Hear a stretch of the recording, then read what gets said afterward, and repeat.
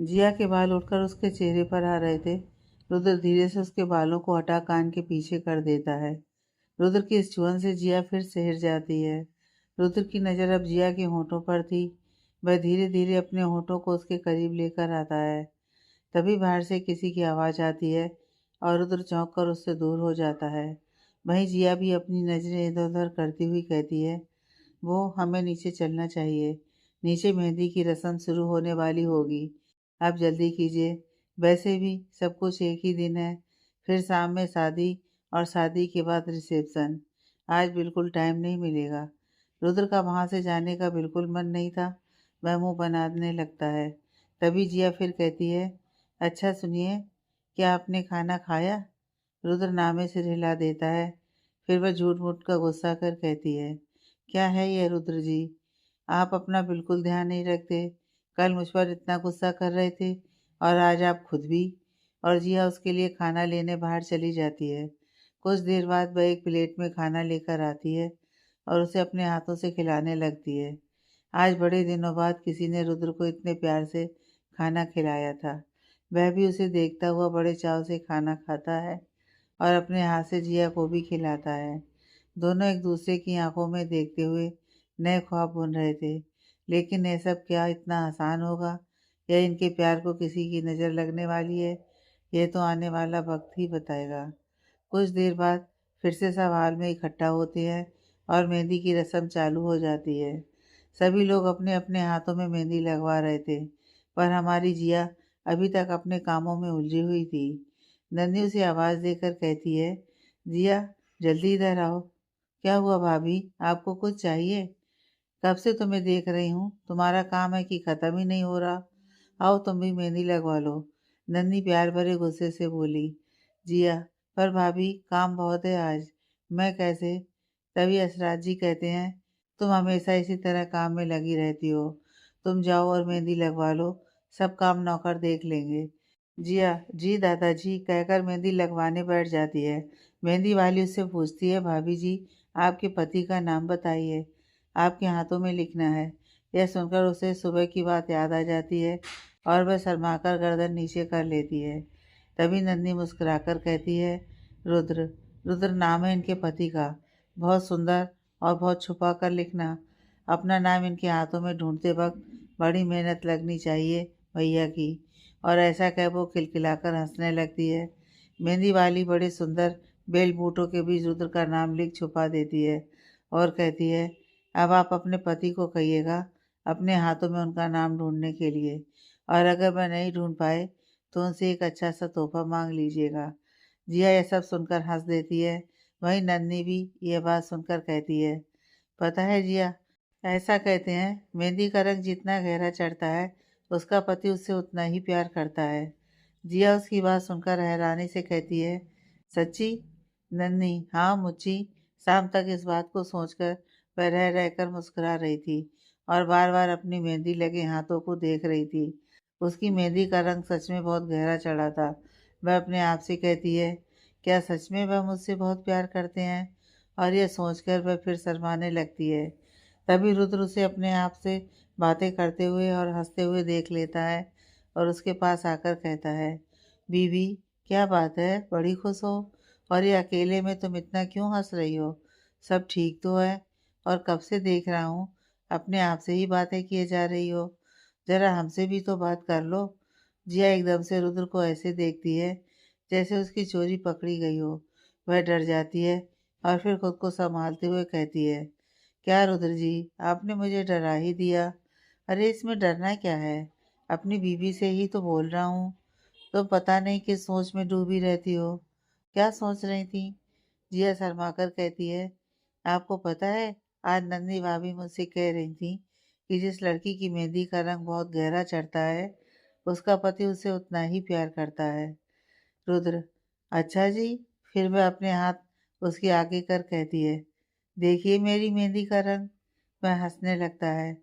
तुम भी क्या बचकानी बातें करती हो, ऐसा कहीं होता है क्या? और वह जोर से हंसने लगता है। जिया का चेहरा उदास हो जाता है और वह सोचती है कि बात तो सही है, रुद्र तो इतना प्यार उससे करता ही नहीं है।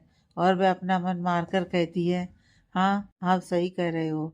ये बचकानी बातें हैं। ऐसा सच में नहीं होता। रुद्र उसके मासूम से चेहरे को देखकर कहता है, तुम मीना जी आप पागल हो। सच में। अच्छा नीचे अनिकेत नंदनी भाभी के हाथ में कुछ ढूंढ रहा था। तुम तभी जिया एकदम से अपना हाथ उसके आगे कर उसे उसका नाम ढूंढने के लिए कहती है। जिया, क्या तुमने अपने हाथों में मेरा नाम लिखवाया है? जिया, और नहीं तो क्या, किसका लिखवाती? मेहंदी वाली ने बोला कि हाथों में अपने पति का नाम लिखवाया जाता है और जब पति उसके नाम को नहीं ढूंढ पाता तो उसे तोहफा भी मांगा जाता है। तो आप जल्दी से इसमें अपना नाम ढूंढिए और अगर नहीं ढूंढ पाए तो फिर एक अच्छा सा तोहफा मुझे दे दीजिए। रुद्र उसके बच्चों जैसी बातें पर एक बार फिर हंसने लगता है और उसके हाथ में अपना नाम ढूंढने लगता है। लेकिन काफ़ी ढूंढने के बाद भी उसे अपना नाम नहीं दिखाई देता है। इस पर जिया खिलखिलाकर हंसते हुए कहती है, अब तो आपको मुझे गिफ्ट देना ही पड़ेगा रुद्र जी। तभी रुद्र कहता है, ऐसा हो ही नहीं सकता। रुद्र सिंह आर्य कभी नहीं हार सकता। और फिर से वह एक कोशिश करता है और इस बार उसे अपना नाम दिख जाता है। वह खुशी से चिल्लाकर कहता है, यह रहा मेरा नाम, देखा, मैंने ढूंढ लिया। और खुश हो जाता है। जिया उदास होकर कहती है, अरे नहीं, अब मुझे मेरा गिफ्ट नहीं मिलेगा। रुद्र उसके सिर को प्यार से सहलाकर बिना बोले वहाँ से चला जाता है। जिया उदास हो जाती है पर फिर सोचती है, वह भी पागल है। रुद्र की केयर और अपनेपन को मैं पागल प्यार समझ बैठी और फिर अपने काम में लग जाती है। उधर रुद्र कुछ देर के लिए किसी को नज़र नहीं आता। सब उसे ढूंढने लगते हैं। तभी वह बाहर से आता हुआ दिखाई देता है। यशराज जी, कहाँ चले गए थे तुम? रुद्र कहता है, कुछ नहीं दादाजी, कोई काम अधूरा रह गया था, उसे पूरा करने गया था। यशराज जी, ठीक है, चलो शादी का वक्त हो गया है, उसके बाद फिर मेहमान आने चालू हो जाएंगे। थोड़ी देर बाद पंडित जी अनिकेत और नंदनी की सभी रस्मों और विधि विधान से शादी करवा देते हैं और फिर कहते हैं, आपकी शादी संपन्न हुई। आप आज से पति पत्नी हैं। जाइए अपने बड़ों का आशीर्वाद ले लीजिए। अनिकेत और नंदनी यशराज जी के पैर छू लेते हैं। वहीं सजला दूर खड़ी थी, वह मुंह बनाकर वहां से चली जाती हैं और फिर अनिकेत रुद्र के पास आकर उसके गले लग जाते हैं। जिया यह सब काम होने के बाद अपने कमरे में तैयार होने चली जाती है क्योंकि कुछ समय बाद मेहमान आने चालू हो जाते। लेकिन जैसे ही वह अपने कमरे में जा रही थी तो गलियारे में सीधे हाथ पर एक कमरे के अंदर किसी ने उसे अपनी तरफ खींच लिया। जिया उससे खुद को छुड़ाने की नाकाम कोशिश करती है पर अपने आप को छुड़ा नहीं पाती। किसी के इस तरह उसे पकड़ने से जिया बहुत डर गई और उसने उस आदमी की तरफ देखा। उस आदमी ने अपने चेहरे पर नकाब लगाया हुआ था। उसने अपने कपड़े वहाँ काम कर रहे लोगों की तरह पहन रखे थे। वह हैरानी से उस आदमी को देखती है जिसने अभी भी उसका मुंह बंद किया हुआ था। वह अपने आप को छुड़ाने के लिए छटपटाने लगती है। वह उसे अपनी उंगली दिखाकर चुप रहने का इशारा करता है और उसके मुंह से हाथ हटाता है। जिया अपने डर पर काबू रखते हुए बोलती है, कौन हो तुम? मुझे इस तरह पकड़ने का मतलब? मैं अभी रुद्र जी को बुलाती हूँ, फिर वह तुम्हें पुलिस के हवाले करेंगे। तभी वह आदमी अपने चेहरे से नकाब हटाते हुए कहता है, चुप हो जाओ, कब से बकबक कर रही हो? जिया उन्हें देखकर कहती है, अरे शंकर चाचा, आप? वह लापरवाही से बोली, पहले बताना चाहिए था ना। शंकर, तुम बोलने दो तब ना। जिया, माफ करना, वो मैं, मुझे लगा कोई चोर है। खैर वो सब जाने दीजिए। ये बताइए, आप यहाँ क्या कर रहे हैं? शंकर चिंतित होकर बोला, बेटा, तुम तो इतने दिनों से मुझसे मिलने नहीं आई।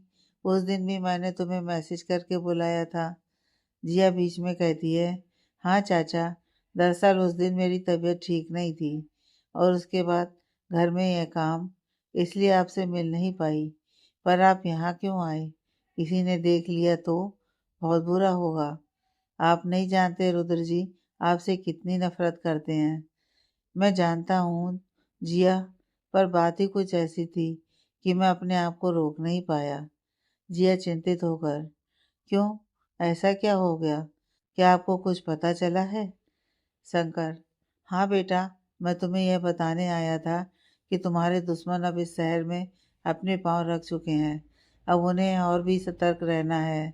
जिया, आप चिंता मत कीजिए चाचा, मैं अपना और अपने परिवार का ध्यान रखूंगी और आप भी अपना ध्यान रखिएगा।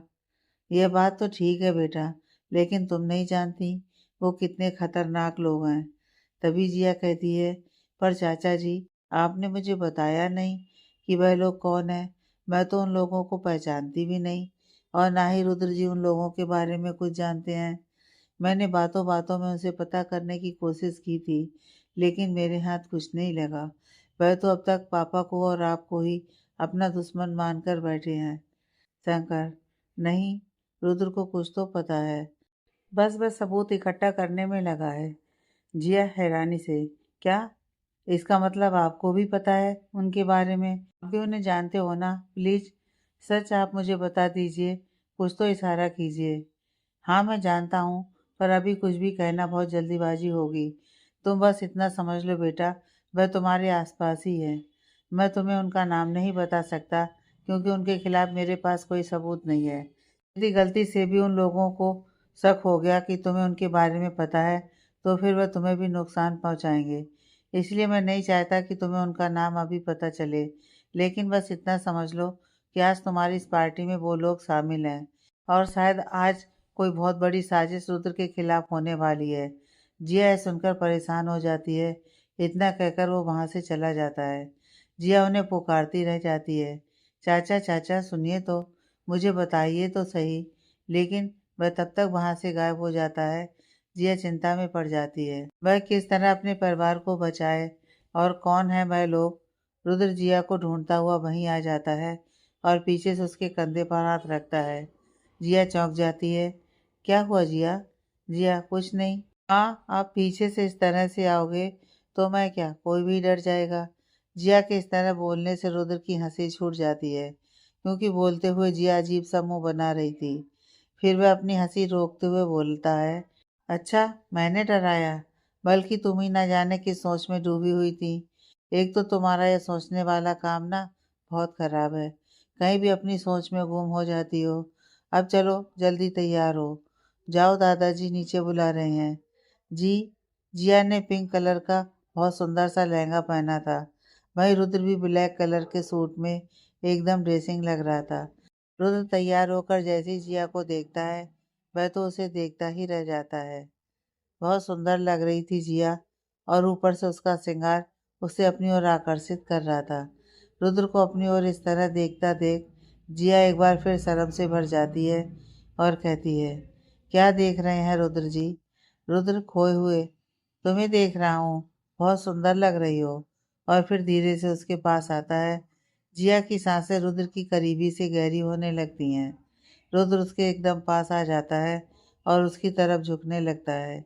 जिया अपनी आंखें बंद कर लेती है और उसके हाथ लहंगे पर कस जाते हैं। उसकी सांसें ऊपर नीचे होने लगती हैं। तभी रुद्र नीचे झुककर ड्रेसिंग पर से काजल की डिब्बी उठा लेता है और उसका टीका जिया के कान के पीछे लगाकर कहता है, किसी की नज़र ना लगे तुम्हें। यह सुनकर जिया आंखें खोलती है और मुस्कुराने लगती है। वैसे आप भी बहुत अच्छे लग रहे हैं, आप ध्यान रखिएगा, कहीं कोई लड़की आप पर फिसल ना जाए। और इसी के साथ वो हंसने लगती है। रुद्र एकदम से कहता है, अच्छा है ना फिसल जाए, तो जब तुम चली जाओगी तो कोई ना कोई तो होना चाहिए ना। रुद्र को होश नहीं होता कि वो मजाक में क्या बोल गया। रुद्र की यह बात ना जाने क्यों जिया को बुरी लगती है। तभी रुद्र कहता है, चलो नीचे, बहुत देर हो गई है। जिया अपने ख्यालों से बाहर आकर कहती है, हाँ आप चलिए, मैं आती हूँ। और फिर अपनी आंखों की कोर को पोंछकर वह भी उसके पीछे आ जाती है। नीचे तब तक मेहमानों के आने का दौर चालू हो चुका था। कुछ देर बाद सभी मेहमान लगभग आ चुके थे। तभी असराज जी माइक लेकर, आप सभी पधारे हुए मेहमानों का मैं तहे दिल से स्वागत करता हूँ और आपका आभार प्रकट करता हूँ। आप लोग यहाँ मेरे दोनों पोतों को आशीर्वाद देने पधारे हैं, इसके लिए आपका बहुत बहुत धन्यवाद। तब तक वहाँ बहुत सारी मीडिया भी पहुँच चुकी थी। तभी असराज जी रुद्र और जिया तथा अनिकेत और नंदनी को स्टेज पर बुलाते हैं और कहते हैं, यह है मेरे रुद्र की पत्नी जिया और यह है अनिकेत की पत्नी नंदनी। पूरी मीडिया फटाफट उन लोगों की फ़ोटो खींचने लगती है क्योंकि रुद्र बहुत कम मीडिया के सामने आता था और उसे इन चीज़ों से बहुत नफ़रत थी। फिर वह मीडिया की तरफ मुखातिब होते हुए कहते हैं, किसी कारण से हमने इनकी शादी को गोपनीय रखा था, लेकिन अब ये लोग आपके सामने हैं।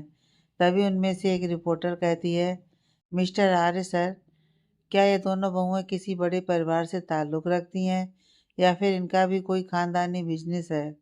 आखिर किस परिवार से ताल्लुक़ रखती हैं आपकी बहुएं?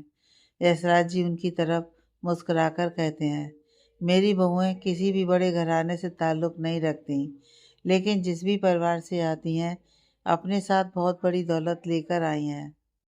संस्कारों की दौलत, प्यार की दौलत, और इनसे बड़ी कोई चीज़ नहीं है। अब आप लोग सब इस पार्टी को एंजॉय कीजिए। और ऐसा कहकर वह वहाँ से नीचे उतर जाते हैं। सभी लोग उन लोगों को कॉन्ग्रेचुलेसन करने लगते हैं और जिया और नंदनी की भी तारीफ करने लगते हैं क्योंकि जिया और नंदनी आज बहुत ही सुंदर लग रहे थे। सजरा जी का यह सुनकर मुंह बना हुआ था। तभी वह किसी को फ़ोन कर कहती हैं, आज ये काम हो जाना चाहिए, नहीं तो मुझसे बुरा कोई नहीं होगा। रुद्र जिया के साथ तथा अनिकेत नन्ही के साथ था और उन्हें सभी मेहमानों से मिलवा रहा था। तभी नैना वहाँ आ जाती है और कहती है, बधाई हो रुद्र। नैना को वहाँ आया देखकर जिया उससे थोड़ा दूर हो जाती है। उसके दिमाग में अभी भी रुद्र की वही बात घूम रही थी जो उसने थोड़ी देर पहले कही थी। बस उदास हो जाती है। नन्ही उसको इस तरह उदास देखकर उसके पास आकर कहती है, क्या हुआ जिया, तुम्हारा मुंह क्यों लटका हुआ है? जिया फीकी सी मुस्कान देकर, कुछ नहीं भाभी, बस ऐसे ही। नन्ही, तुम कुछ देर बैठ जाओ, सुबह से काम में लगी हुई हो, थक गई होगी। जिया, नहीं भाभी, मैं ठीक हूँ। तभी वहाँ म्यूजिक चलने लगता है, पर जिया का पूरा ध्यान रुद्र और नैना पर था। कुछ देर बाद सभी थिरकने लगते हैं। कुछ लोग कपल डांस कर रहे थे और कुछ लोग उन्हें एंजॉय कर रहे थे। सजला जी रुद्र और अनिकेत को साथ में देखकर जल भुन रही थीं। उन्हें बिल्कुल पसंद नहीं था कि अनिकेत उनकी जायदाद में हिस्सेदार हो, जबकि असराज जी उन दोनों को अपनी जायदाद बांटने का निर्णय ले चुके थे। तभी रुद्र भी स्टेज पर आ जाता है और गाने लगता है, बीच भंवर में डाल गए, न हार रही न पार गई। रुद्र धीरे से जिया का हाथ अपने हाथ में लेता है और स्टेज पर आ जाता है। जिया का दिल बहुत आहत था।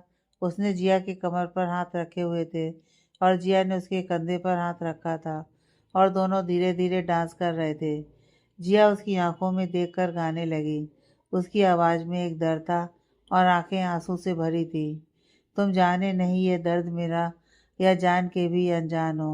अनिकेत भी तब तक नन्ही को स्टेज पर ले आया था और वह भी नन्ही की आंखों में देखकर गाने लगता है। नन्ही भी अनिकेत की आंखों में देखकर आगे गाने लगती है, जब देखूं खुद को दर्पण में, मैं हूँ या फिर तुम ही हो। सभी लोग उन्हें देख रहे थे। तभी अनिकेत नन्ही को घुमा देता है और रुद्र जिया को घुमा देता है, जिससे अनिकेत रुद्र पास आ जाते हैं। रुद्र अनिकेत को देखकर और उसके गले लग जाता है और उसकी आंखें इस वक्त सजला जी पर थीं और उनको देख वह आगे गाना गाने लगता है, दिल से जुड़े हैं ये दिल, अपने कहने को कोई रिश्ता ही नहीं, इस पाकीज़ा से बंधन को दुनिया में कोई समझा ही नहीं। अनिकेत भी इस गाने के बोल सुनकर खुद को रोक नहीं पाता और वह भी गाने लगता है और बड़े प्यार से रुद्र को देखने लगता है। गाने के बाद दोनों ही भावुक हो जाते हैं और एक दूसरे के गले लग जाते हैं। वहाँ उपस्थित सभी लोगों की आंखें भी इन दोनों भाइयों का प्यार देखकर भर आती हैं। वहीं दादाजी भी अपनी गीली आंखों को पोंछकर वापस चश्मा पहन लेते हैं और मुस्कुराने लगते हैं और भगवान से मन ही मन दुआ करते हैं कि इन दोनों के प्यार को किसी की नज़र न लगे। तभी रुद्र जिया की तरफ देखता है। उसे भी जिया की उदासी दिखाई दे रही थी, लेकिन उसे समझ में नहीं आता कि जिया क्यों उदास है। वह उसे देखकर उसके पास जाता है और उसे देखकर उसकी नम आँखों को अपने हाथ से पोंछकर गाता है, जब घाव लगे कोई तुमको तो दर्द यहाँ भी होता है, जब नमो तुम्हारी ये आँखें तो दिल ये मेरा भी रोता है। भाव विभोर गाने के बाद सभी लोग आपस में गले मिल जाते हैं और फिर वह लोग दादाजी के पास चले जाते हैं। दादाजी भी भावुक होकर उन चारों को अपने गले लगा लेते हैं। सभी लोग जोरदार तालियां बजाने लगते हैं।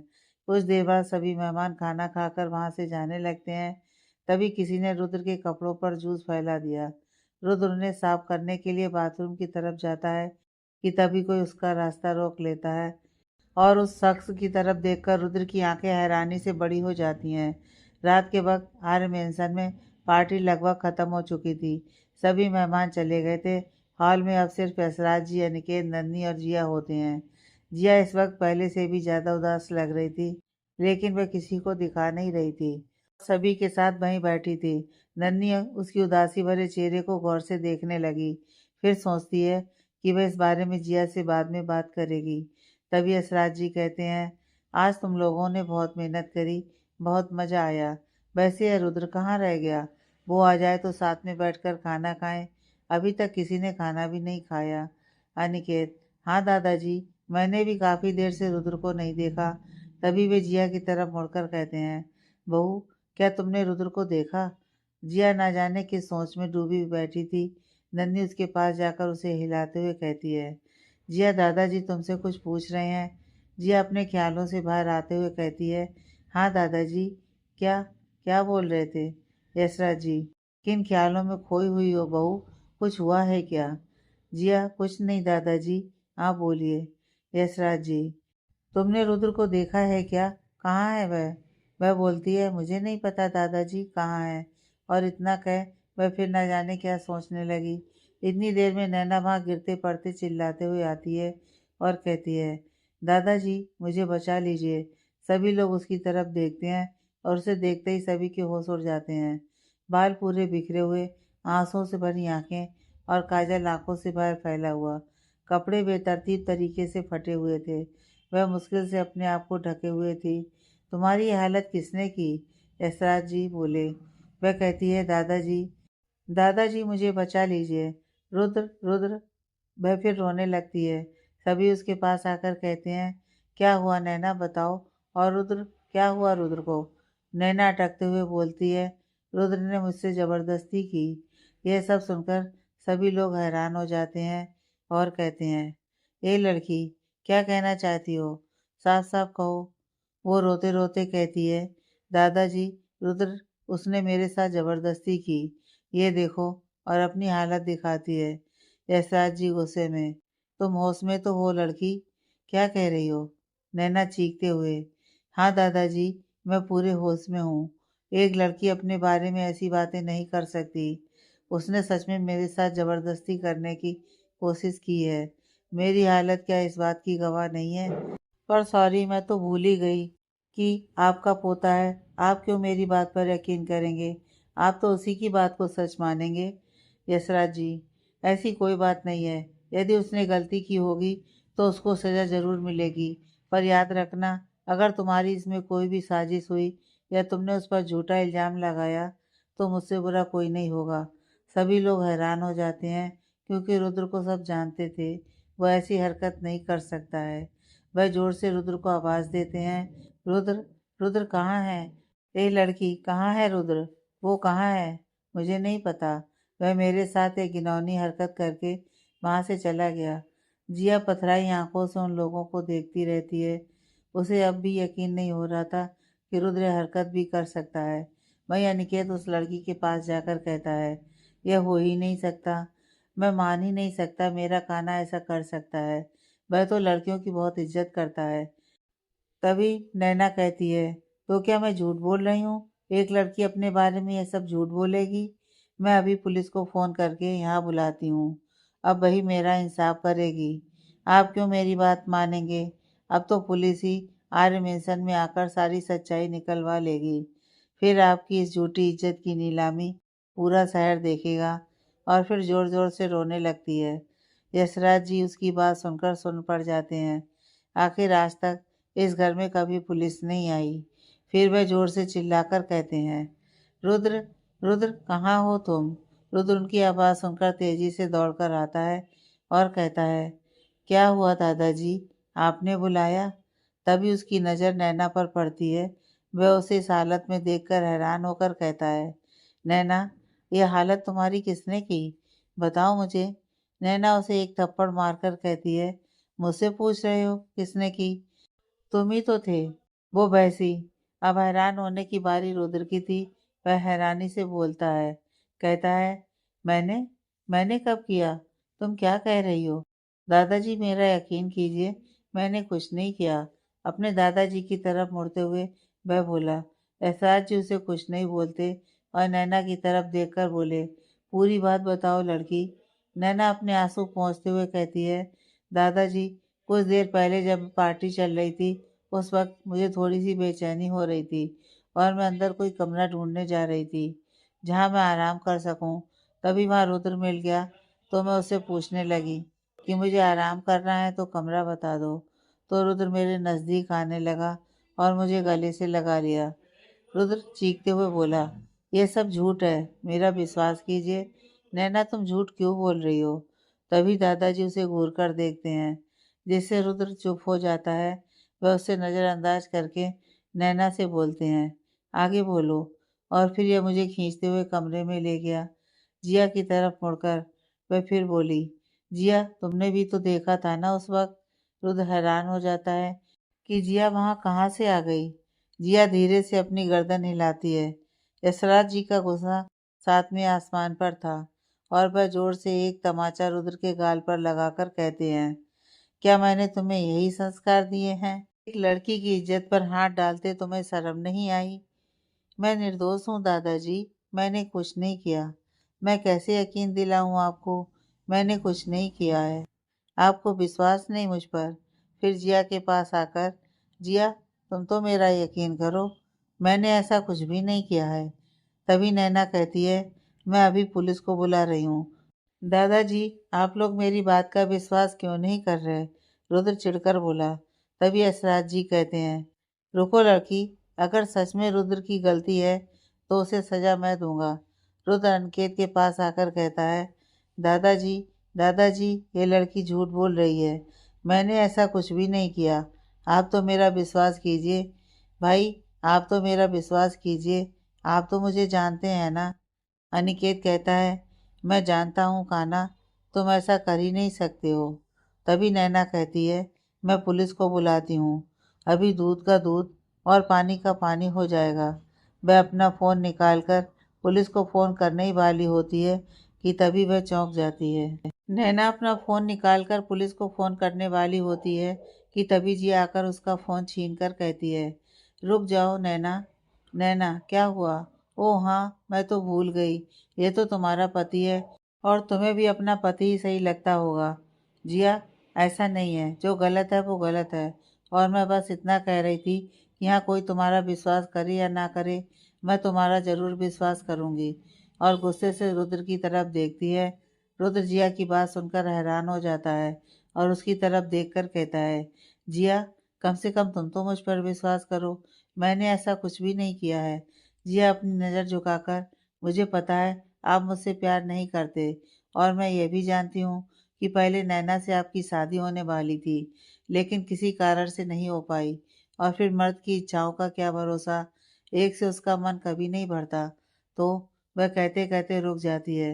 रुद्र गुस्से में चिल्लाकर कहता है, जिया तुम ऐसा सोच भी कैसे सकती हो? तुम जानती हो मैं ऐसा कुछ नहीं कर सकता, फिर तुम इसका साथ क्यों दे रही हो? तुम भी मेरा साथ नहीं दोगी, ये मैंने कभी नहीं सोचा था। जिया कुछ नहीं कहती है। नैना अभी भी रोई जा रही थी। तभी जिया उसके आंसू पोंछते हुए कहती है, नैना आप मत रोइए, एक लड़की का दर्द एक लड़की ही समझ सकती है। चलो तुम मेरे साथ। नैना जिया से अपना हाथ छुड़ाकर कहती है, कहाँ लेकर जा रही हो तुम मुझे? जिया चलो तो सही तुम मेरे साथ, हम इनके खिलाफ सबूत लेकर आएंगे और उसके बाद पुलिस के हवाले करेंगे। सब जिया की यह बात सुनकर चौंक जाते हैं और नैना भी चौंक जाती है और कहती है, क्या क्या सबूत? कौन सा सबूत? कैसा सबूत? तुम सबूत कैसे लाओगी? जिया इन्होंने तुम्हारे साथ ज़बरदस्ती की है ना? नैना असमंजस में, हाँ तो? जिया कहती है, तो चलो मेरे साथ डॉक्टर के पास। आजकल ऐसे बहुत से टेस्ट हैं जिनमें यह पता चल जाता है कि लड़की के साथ ज़बरदस्ती हुई है या नहीं। हम वह टेस्ट करवाएंगे और रिपोर्ट लेकर फिर पुलिस के पास जाएंगे और फिर रुद्र को कोई नहीं बचा सकता सजा होने से। सभी लोग यह बात सुनकर हैरान हो जाते हैं। वहीं रुद्र और गुस्सा होता है और जिया की बात सुनकर हैरानी भी होती है कि आखिर जिया उसका यकीन नहीं कर रही। तभी जिया इसराज जी से कहती है, दादाजी, एक लड़की की इज्जत उसके लिए सब कुछ होती है, ये आप भी जानते हैं। मुझे पता है आप लोग सब मुझसे नफरत करेंगे, लेकिन मैं नैना जी को अकेला नहीं छोड़ सकती। जिसने गलती की है उसे तो सज़ा मिलनी चाहिए। यह कहकर वह नैना का हाथ पकड़कर उसे बाहर की तरफ ले जाने लगती है। तभी नैना अपना हाथ छुड़ाकर कहती है, छोड़ो मुझे, मुझे कहीं नहीं जाना। जिया, ऐसे कैसे नहीं कहीं जाना है? अगर तुम चलोगी नहीं तो पता कैसे चलेगा? हम इनके खिलाफ सबूत कैसे लाएंगे? नैना चिल्लाकर कहती है, कैसा सबूत? कौन सा सबूत? मुझे कोई सबूत नहीं चाहिए। तुम्हें मेरी हालत दिखाई नहीं देती क्या? क्या अब तुम मेरी प्रदर्शनी लगाना चाहती हो सभी जगह, ताकि लोग मेरे बारे में बातें बनाएं, मुझे गलत नज़र से देखें? ये तो इतने बड़े बिजनेसमैन हैं, इन्हें तो पैसों से सबको दबाना आता है। मेरा क्या कोई इज्जत नहीं? आपको कोई गलत नहीं समझेगा नैना जी। आप चलिए तो सही मेरे साथ, और अगर वह रिपोर्ट सही निकल कर आती है तो फिर रुद्र जी को सज़ा होने से कोई नहीं बचा सकता, और उनकी भी तो इज्जत जाएगी। आप चलो बस। जिया ज़बरदस्ती नैना का हाथ पकड़कर उसे लगभग खींचते हुए बोली। नैना अपना हाथ छुड़ाकर बोली, नहीं जाना मुझे कहीं भी, तुम जैसी गंवार लड़की के साथ। जिया, पर आपके साथ ज़बरदस्ती? उसकी बात पूरी होने से पहले ही नैना गुस्से से बोलती है, नहीं हुई है मेरे साथ ज़बरदस्ती, नहीं हुई है, नहीं हुई है, मुझे कहीं नहीं जाना। सभी लोग हैरान हो जाते हैं, पर जिया मुस्कुराने लगती है। सभी लोग जिया को मुस्कुराता देखकर और भी हैरान हो जाते हैं। यशराज जी, ये सब क्या हो रहा है जिया? जिया बोलती है, नैना जी, मुझे पता था कि आपके साथ कुछ भी नहीं हुआ। इस बार चौंकने की बारी रुद्र की थी। अब तक तो उसे यही लग रहा था कि जिया उसे गलत समझ रही है। तभी जिया नैना को थप्पड़ मारकर कहती है, तुम क्या समझती हो? तुम मेरे रुद्र जी पर कोई भी इल्ज़ाम लगाओगी और मैं सुन लूँगी? तुम्हें क्या लगा अगर मैंने तुम्हें देख लिया तो मैंने गलत समझा? बिल्कुल नहीं। अगर भगवान भी ऊपर से आकर कहते कि मेरे रुद्र जी गलत हैं तो भी मैं कभी नहीं मानती। मैं उन्हें बहुत अच्छे से जानती हूँ। उन्होंने कभी मुझे मेरी मर्जी के बिना हाथ नहीं लगाया। तो तुम तो बहुत दूर की बात हो। तुम्हें शर्म नहीं आई किसी और के पति पर डोरे डालते हुए? कैसी लड़की हो तुम? तुम्हें तो डूब कर मर जाना चाहिए। अपने ऊपर ऐसा घटिया इल्ज़ाम लगाने से पहले तुमने एक बार भी नहीं सोचा? लड़की के साथ जब ज़बरदस्ती होती है तो उससे पूछो क्या गुजरती है उसके ऊपर, और तुमने इसे मामूली समझ लिया। अब तुम्हारी इज्जत नहीं गई? अगर अभी थोड़ी शर्म बची है तो चली जाओ यहाँ से, और दोबारा कभी मेरे घर की तरफ पलट कर भी मत देखना, वरना मुझसे बुरा कोई नहीं होगा। मैं सब कुछ सहन कर सकती हूँ, लेकिन अगर मेरे परिवार पर कोई उंगली भी उठाए तो मैं बर्दाश्त नहीं करूँगी। अभी तो तुम्हें फिर भी जाने दे रही हूँ, मगर अगली बार कोई भी घटिया चाल चली तो तुम्हारा वह हासिल करूँगी कि तुम जिंदगी भर याद रखोगी। इस वक्त जिया बहुत गुस्से में थी, और वह गुस्से से नैना को घूर रही थी। जिया का यह रूप देखकर सब हैरान हो जाते हैं, क्योंकि आज से पहले उन्हें लगता था कि जिया बहुत शांत स्वभाव की लड़की है, लेकिन आज उसकी आंखों में जो गुस्सा दिख रहा था वह कुछ अलग ही था। नैना वहाँ से पैर पटकते हुए चली जाती है। यशराज उसके पास आकर कहते हैं, वाह मेरी शेरनी, आज तो कमाल ही कर दिया। आज तो तुमने सच में दिल जीत लिया। जिया, मुझे माफ़ कर दीजिएगा दादाजी, मैंने आप लोगों को गलत बोला, लेकिन मैं क्या करती, मुझे कुछ समझ में नहीं आया। तभी नंदनी बोलती है, लेकिन तुम्हें कैसे पता कि यह टेस्ट होता है? तब जिया बताती है, मैंने एक बार यह न्यूज़ में देखा था तो मुझे पता था। तभी यशराज जी रुद्र के पास आकर कहते हैं, मुझे माफ़ करना बेटा, आज मैंने तुम पर हाथ उठाया, लेकिन इसका मतलब यही नहीं था कि मुझे तुम पर विश्वास नहीं था। नहीं दादाजी, आप माफ़ी मत मांगिए। मैं जानता हूँ आपकी इसमें कोई गलती नहीं है। कोई भी होता तो यही करता, और वैसे भी अपनों को ही तो कहा जाता है, परायों को तो नहीं ना। मुझे आपकी बात का बुरा नहीं लगा। हाँ, दुख ज़रूर हुआ था कि आपने भी मुझ पर विश्वास नहीं किया, लेकिन शायद हालात ही ऐसे थे, और नैना को तो आप जानते ही हैं, पहले भी उसने कितना तमाशा किया था। यशराज जी उसके सर पर प्यार से हाथ फेर कर वहाँ से चले जाते हैं। रुद्र प्यार भरी नज़रों से जिया को देख रहा था। आज उसे सच में जिया पर बहुत प्यार आ रहा था। सभी लोग वहाँ से चले जाते हैं। अब सिर्फ जिया और रुद्र ही वहाँ बचे थे। जिया रुद्र के नज़दीक आती है और रुद्र सोफे पर बैठा कुछ सोच रहा था। जिया रुद्र के पास आकर खड़ी हो जाती है और उससे कहती है, चलिए रुद्र जी, खाना खा लीजिए। तभी रुद्र एकदम से उसके पेट पर अपना सर रख लेता है और उसकी कमर के चारों तरफ अपनी बाहों का घेरा डालकर कहता है, जिया, जिया, क्या तुम मुझ पर इतना विश्वास करती हो? जिया उसके बालों में हाथ घुमाते हुए बोली, हाँ रुद्र जी, मैं आप पर अपने से ज़्यादा भी विश्वास करती हूँ। मैं जानती हूँ आप ऐसा कुछ नहीं कर सकते थे, और जब आपके बारे में वह नाप शनाप कह रही थी तब मुझे बहुत गुस्सा आ रहा था। लेकिन अगर मैं ऐसा नहीं करती तो वह कभी अपने मुंह से सच्चाई नहीं बोलती। मैंने आपके बारे में गलत बोला, इसके लिए मुझे माफ़ कर दीजिए। रुद्र, तुम क्यों माफ़ी मांग रही हो?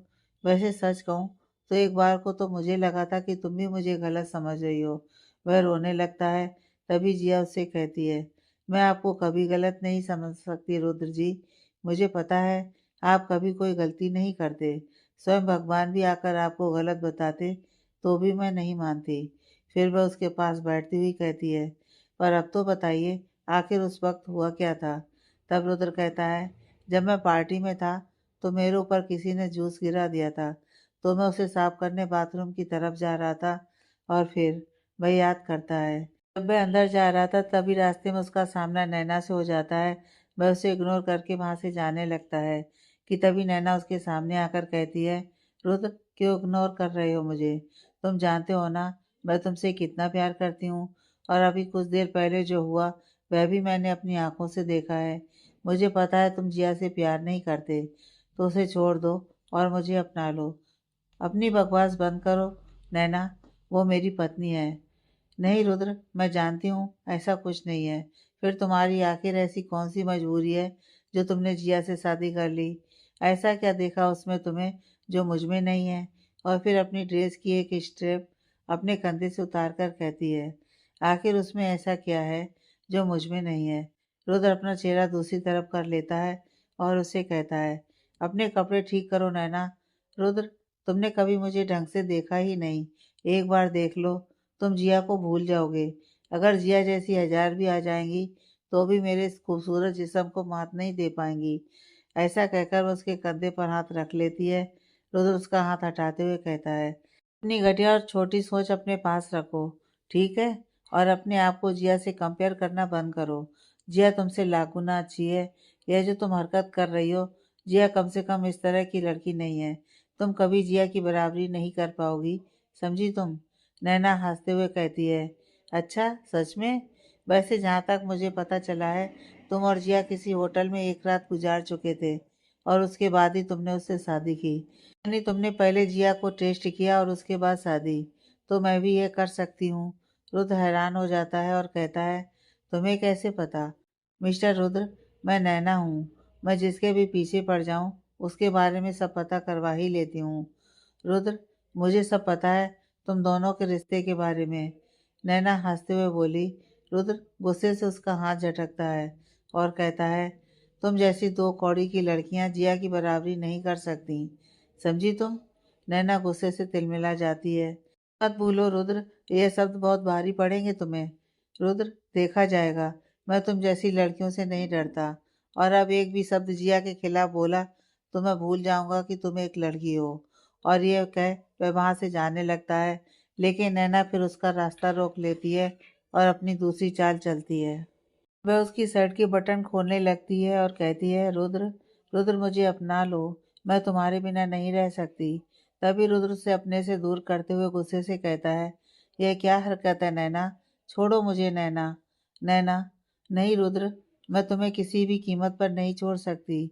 एक बार नैना को कोई चीज़ पसंद आ जाए तो फिर वह किसी भी कीमत पर उसे पाकर ही रहती है। रुद्र, प्यार किसी से ज़बरदस्ती नहीं किया जाता है। अगर तुम मुझसे सच में प्यार करती हो तो यह ज़बरदस्ती का नाटक क्यों? नैना उससे ज़बरदस्ती चिपकने लगती है। तभी वहाँ जिया आ जाती है, जिसे नैना देख लेती है और वह रुद्र से ज़बरदस्ती गले लगकर कहती है, ओ रुद्र, मैं तुमसे बहुत प्यार करती हूँ। जिया उन दोनों को इस तरह देख लेती है जबकि रुद्र उसे अपने से दूर कर रहा था, लेकिन जिया की तरफ रुद्र की पीठ थी और देखने से ऐसा लग रहा था कि जैसे रुद्र ने उसे अपने गले से लगा रखा है। फिर वह कहती है, नहीं रुद्र, प्लीज प्लीज रुद्र रुक जाओ। और वह उसे खींचते हुए पास वाले कमरे में ले जाती है, पर देखने से ऐसा लगता है कि रुद्र नैना से जबरदस्ती कर रहा था। जिया उसे गलत समझ लेती है और रोती हुई वापस नीचे कमरे में आती है। रुद्र उसे धक्का देता है जिससे नैना जमीन पर गिर जाती है। नैना वहां से उठकर वापस रुद्र के करीब आती है। इस बार रुद्र उसे थप्पड़ लगा देता है और कहता है, मेरे नज़दीक भी मत आना। और यह कह वह वहां से चला जाता है। रुद्र के थप्पड़ की गूंज अभी भी नैना के कानों में गूंज रही थी। वह अपने गालों पर हाथ रखकर खुद से कहती है, इस थप्पड़ की गूंज तुम्हें बहुत भारी पड़ेगी मिस्टर रुद्र। अब देखना मैं क्या करती हूँ। फिर रुद्र जिया को बताता है, इसलिए मैं परेशान होकर छत पर चला गया था।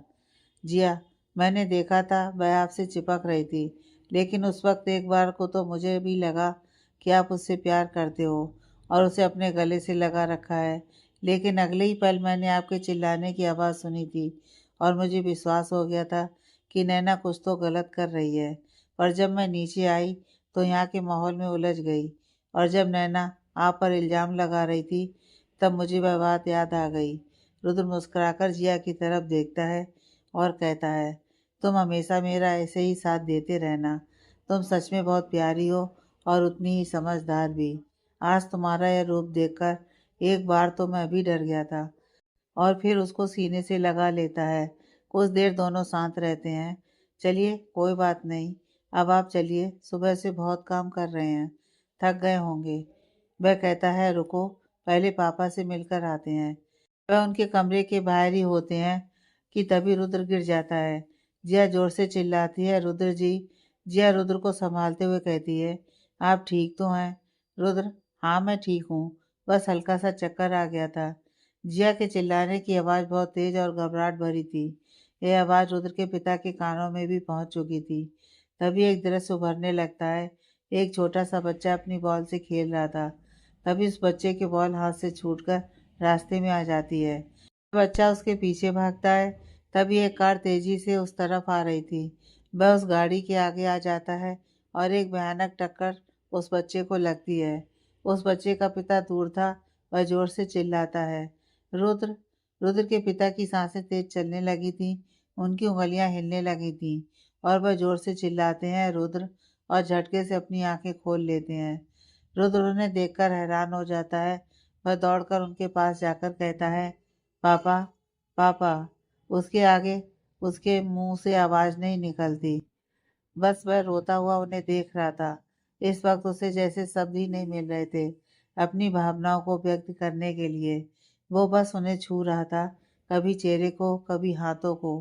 वह बस उन्हें छूकर महसूस कर रहा था। वहीं शिव सिंह जी का भी कुछ ऐसा ही हाल था। वह भी अपने बेटे को महसूस कर रहे थे। इतने सालों बाद अपनी आंखों के सामने उसे देखकर वह भी अपनी भावनाओं को बहने से रोक नहीं पाए। आखिर इतना छोटा सा था जब उनका एक्सीडेंट हुआ था, और आज उनका छोटा सा बेटा जवान हो गया था। बड़ी मुश्किल से रुद्र से बोला गया, पापा आपको होश आ गया? और रुद्र रोता हुआ उनके गले लग जाता है। तब तक जिया सभी को जगाने चली गई। कुछ देर बाद सभी उनके कमरे में आ चुके थे। रुद्र अभी भी अपने पिता के गले लगा रो रहा था और उसके पिता उसे प्यार से चुप करा रहे थे। मत रो रुद्र, अब तो मैं ठीक हूँ। देखो तुम्हारे सामने बिल्कुल ठीक हूँ। पापा, आप कोमा में थे, तब पता है मैं कितना परेशान हो गया था, कितना अकेला लगता था मुझे। शिव जी, मेरा छोटा सा बेटा कितना बड़ा हो गया है, फिर भी रो रहा है। अब चिंता की कोई बात नहीं है, मैं बिल्कुल ठीक हूँ। तभी उनकी नज़र अपने पिता पर पड़ती है। यशराज जी की आंखों में भी आंसू थे अपने बेटे को सही सलामत देखकर। वह उठने की कोशिश करते हैं, लेकिन तभी यशराज जी कहते हैं, कैसा है बेटा? शिव जी, पापा, अब मैं बिल्कुल ठीक हूँ। पता है, मैं आप लोगों की सब बातें सुनता था, लेकिन बोल नहीं पाता था। मुझे पता है मेरे दोनों बच्चों ने शादी कर ली। वह अनिकेत को अपने पास बुलाकर कहते हैं, इधर आओ अनी, दूर क्यों खड़े हो? उसकी आंखों में भी आंसू थे। वह उनके पास आकर कहता है, सर। शिव सिंह जी उसे हल्की सी चपत लगाकर कहते हैं, क्या कहा तुमने? मैं तुम्हारा सर लगता हूँ? पापा कहो। अनिकेत पापा कहता हुआ उनके गले लग जाता है और फूट फूट कर रोने लगता है। शिव सिंह जी उन दोनों के सर पर हाथ फेर कर कहते हैं, मुझे सब पता है। मेरे दोनों बेटे बड़े हो गए हैं। मैं उठ नहीं पाता था, लेकिन मुझे सब सुनाई देता था। तुम लोगों ने क्या क्या नहीं किया, मैं सब जानता हूँ। अच्छा, मुझे अपनी बहुओं से तो मिला दो। तभी अनिकेत नन्ही को आगे लाकर कहता है, पापा ये नन्ही है। नन्ही उनके पैर छूकर आशीर्वाद लेती है। शिव सिंह जी, खुश रहो बेटा। तभी रुद्र जिया को आगे लाकर कहता है, पापा ये जिया है। और जिया भी उनके पैर छू लेती है। खुश रहो जिया, तुम तो मेरे हमेशा आसपास रहती थी। मैं जानता हूँ, कई बार तुम्हारी आवाज़ सुनी। तुम्हारी आवाज़ से मैं तुम्हें पहचान गया। कुछ देर सभी उनसे बातें करते हैं, फिर सभी अपने कमरे में चले जाते हैं ताकि वे आराम कर सकें। अब उस कमरे में केवल रुद्र और रुद्र के पापा और जिया ही बचे थे। आज इतने दिनों बाद अपने पिता को बिल्कुल सही सलामत देख रुद्र का वहाँ से बिल्कुल जाने का मन नहीं कर रहा था। वह बच्चों की तरह मचल रहा था अपने पापा के साथ रहने को। जिया उसे कई बार कह चुकी थी कि वह जाकर अपने कमरे में आराम कर ले और पापा को भी आराम करने दे। आज रुद्र की भी तबीयत भी ठीक नहीं थी। अभी कुछ देर पहले ही वह चक्कर खाकर गिर गया था, लेकिन वह उसकी एक नहीं सुनता है और अपने पिता की गोद में सर रखकर अपनी आंखें बंद कर लेता है। रुद्र के पिता रुद्र की बच्चों जैसी हरकत देखकर मुस्कुराकर उसके सर पर हाथ फेरते हैं। आज रुद्र को सच में बहुत सुकून मिल रहा था। आज इतने सालों बाद उसे अपने पिता की गोद नसीब हुई थी। उनका ये प्यार भरा स्पर्श महसूस कर उसकी आंखों से कुछ बूंदें निकल आती हैं। वहीं जिया भी उन दोनों का यह प्यार देखकर अपने पिता को याद करने लगती है और वह वहाँ से चली जाती है और अपने कमरे में जाकर अपने पिता की फ़ोटो को देखने लगती है। वह उसे अपने सीने से लगाकर कहती है, आज आपकी बहुत याद आ रही है पापा। काश आप भी यहाँ होते। अब पापा जी को भी होश आ गया है, तो अब वह दिन दूर नहीं जब आपके दुश्मन रुद्र जी की पकड़ में होंगे। मैं पूरी कोशिश करूँगी अपने परिवार को उन लोगों से बचाने की, पर मुश्किल तो यह है, मैं किसी की सहायता नहीं ले सकती। यदि उन्हें पता चल गया कि मैं कौन हूँ, तो पता नहीं क्या होगा। मैं तो इस बात से भी डरी हुई हूँ कि जब उन्हें सच्चाई का पता चलेगा, तब क्या होगा? तब भी क्या वह इसी तरह मुझसे प्यार करेंगे? उनकी आंखों में अपने लिए प्यार देख मेरी तो हिम्मत ही नहीं हो रही। बहुत डर लगता है आपकी बेटी को पापा। रुद्र उस दिन पूरी रात अपने पिता की गोद में सर रखकर रोता रहा और उसके पिता भी इतने सालों बाद अपने बेटे को निहार कर खुश होते रहे। अगले दिन डॉक्टर ने शिव सिंह जी का चेकअप किया और सभी को यह खुशखबरी दी कि अब वह पूरी तरह स्वस्थ है। बस कुछ दिन अपने स्वास्थ्य का ध्यान रखना पड़ेगा और कुछ एक्सरसाइज करनी पड़ेगी, जिससे उनके शरीर में ताकत आएगी, और खाने पीने का भी थोड़ा ध्यान रखना पड़ेगा। तभी सचला जी वहाँ जाती हैं और घर में डॉक्टर की आवाजाही देखकर हैरान हो जाती हैं, क्योंकि जब उनका एक्सीडेंट हुआ था तब से उसे यही लगता था कि उनका भाई अब इस दुनिया में नहीं रहा, या यूँ कह लीजिए कि यशराज जी ने और रुद्र ने इस बात का पता नहीं चलने दिया। वह हैरानी से, बाबूजी, ये इतने सारे डॉक्टर हमारे घर में क्या कर रहे हैं? क्या कोई बीमार है? कल तक तो सब ठीक थे। यशराज जी, तुम घर में रहोगी तब तो तुम्हें पता चलेगा। पार्टी के बाद कहाँ चली गई थी तुम? वह शक पकाकर कहती है, बाबूजी, ये मैं अपने दोस्त से मिलने चली गई थी। फिर रात उसी ने रोक लिया और अब आ रही हूँ। अच्छी बात है। तब तक रुद्र अपने पिता को सहारा देकर बाहर लेकर आ गया था, क्योंकि अभी उनके पैर में इतनी ताकत नहीं थी कि वह ठीक से चल फिर सकें। कैसी हो सजला? जैसे ही यह बात सजला जी के कानों में पड़ी, वह चौंक कर मन में, ये तो भैया की आवाज़ है, और एकदम से पीछे मुड़ जाती हैं। उनकी आंखें हैरानी से फटी की फटी रह जाती हैं। वह हैरानी से अपलक उन्हें देखती रहती है और मन में सोचती है, ये जिंदा कैसे हो सकता है? इन्हें तो उस दिन, नहीं नहीं, ये मेरा वहम है। और वह अपनी आंखों को मसलने लगती है। तभी शिव सिंह जी तिरछी मुस्कान अपने चेहरे पर लिए कहते हैं, क्या हुआ? हैरान हो गई मुझे देखकर? हाँ, अरे नहीं भैया, भैया आप ठीक हैं? आप तो, लेकिन शिव जी, हाँ मैं बिल्कुल ठीक हूँ। देखो तुम्हारे सामने हूँ। वो कहते हैं ना, मारने वाले से बचाने वाला बड़ा होता है। बस कुछ यही मेरे साथ हुआ है।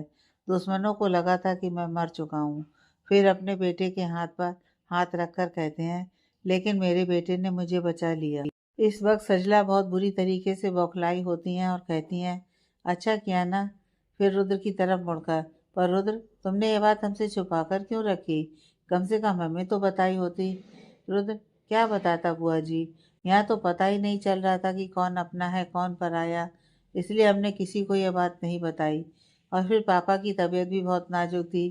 तभी अनिकेत वहाँ आ जाता है और अपने पिता के और दादाजी के पैर छूकर उनका आशीर्वाद लेता है। सरला जी चुपके से वहाँ से खिसक जाती हैं और अपने कमरे में आकर इधर उधर घूमने लगती हैं। Indore police station. उस दिन होटल की तलाशी में इंस्पेक्टर उदय के हाथ एक पेन ड्राइव लगी थी और वह अकेले में उसे चलाकर देखता है।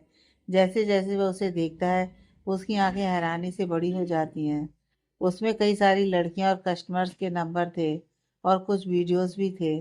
उदय के चेहरे पर एक शैतानी मुस्कान आ जाती है।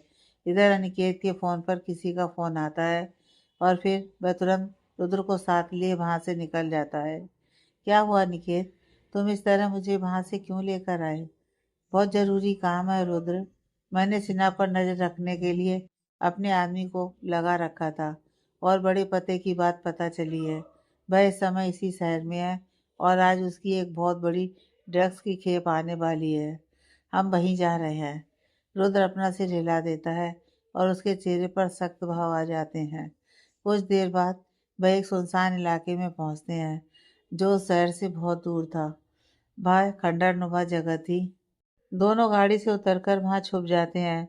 कुछ देर बाद वहां बहुत से लोग आ जाते हैं और तभी कुछ काले रंग की गाड़ियां वहां आकर रुकती हैं। उनमें से करीब 30-40 आदमी निकलते हैं। सबसे आखिरी गाड़ी से सिन्हा उतरता है। वह अभी अपने लोगों को समझा ही रहा था कि तभी एक गाड़ी और वहां आकर रुकती है। रुद्र व अनिकेत एक चट्टान के पीछे छुपकर यह सब देख रहे थे। उनमें से एक व्यक्ति निकलता है जिसका चेहरा वह लोग देख नहीं पाते क्योंकि उसकी पीठ उनकी तरफ थी।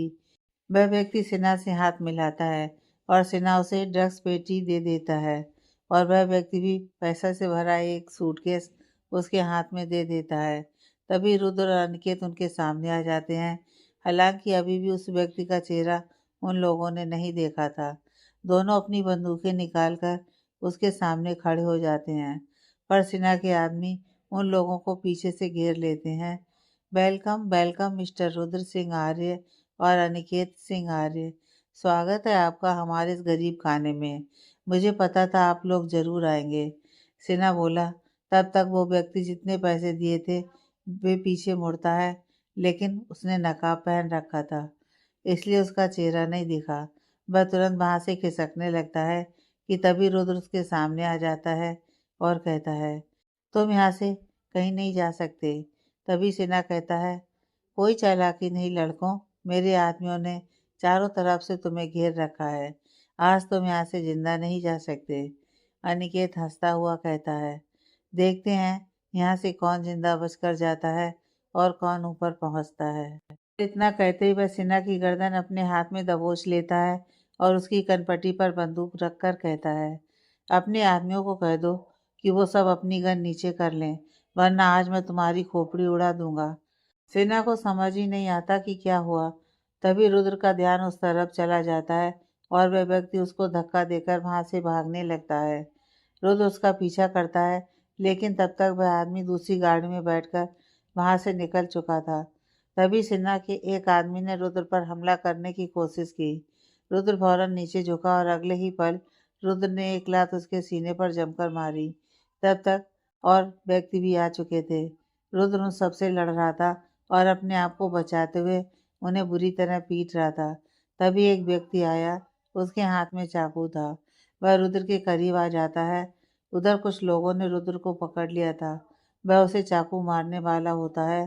तभी रुद्र हवा में उछला और एक पलटी खा गया, जिससे वह उसे पकड़ने वाले व्यक्तियों के पीछे गया और उन्हें लात मारकर उस चाकू वाले व्यक्ति की तरफ धकेल दिया। उस व्यक्ति का चाकू नीचे गिर गया। तब तक रुद्र हरकत में आ गया था और उसने अपनी बंदूक निकाल ली और उन लोगों पर चला दी। गोली की आवाज़ सुनकर अनिकेत चौकन्ना हो गया। वह सिन्हा की गर्दन पकड़े उस जगह जाने लगा जहाँ रुद्र लड़ाई कर रहा था। तभी सिन्हा ने मौका देखकर अनिकेत के हाथों से खुद को छुड़ाया और वहां से भागने लगा।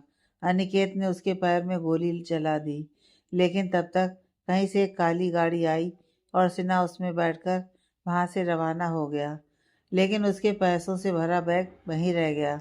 अनिकेत ने पुलिस को फ़ोन किया और वह जगह सील करवा दी। तभी अनिकेत का फ़ोन बजने लगता है। उसमें उदय का नाम फ्लैश हो रहा था। हेलो, हाँ उदय। उदय मुस्कुराते हुए, मेरे यार, तू तो ये बता पार्टी कब दे रहा है? अनिकेत, तुझसे जो काम कहा था वह तो तुझसे हुआ नहीं, तो पार्टी किस बात की? उदय, क्योंकि अब मैं जो बात तुम्हें बताने जा रहा हूँ उससे तुम खुश होकर मुझे इनाम दोगे। अनिकेत हैरान होकर, क्या हुआ, जल्दी बोलो। अनिकेत जानता था उदय मजाक जरूर करता है, पर अपने फर्ज के लिए ईमानदार भी है। उदय उसे सारी बात बता देता है, जिससे अनिकेत के चेहरे पर बड़ी स्माइल आ जाती है और वह कहता है अब उसको कोई नहीं बचा सकता। आगे की कहानी नेक्स्ट पार्ट में।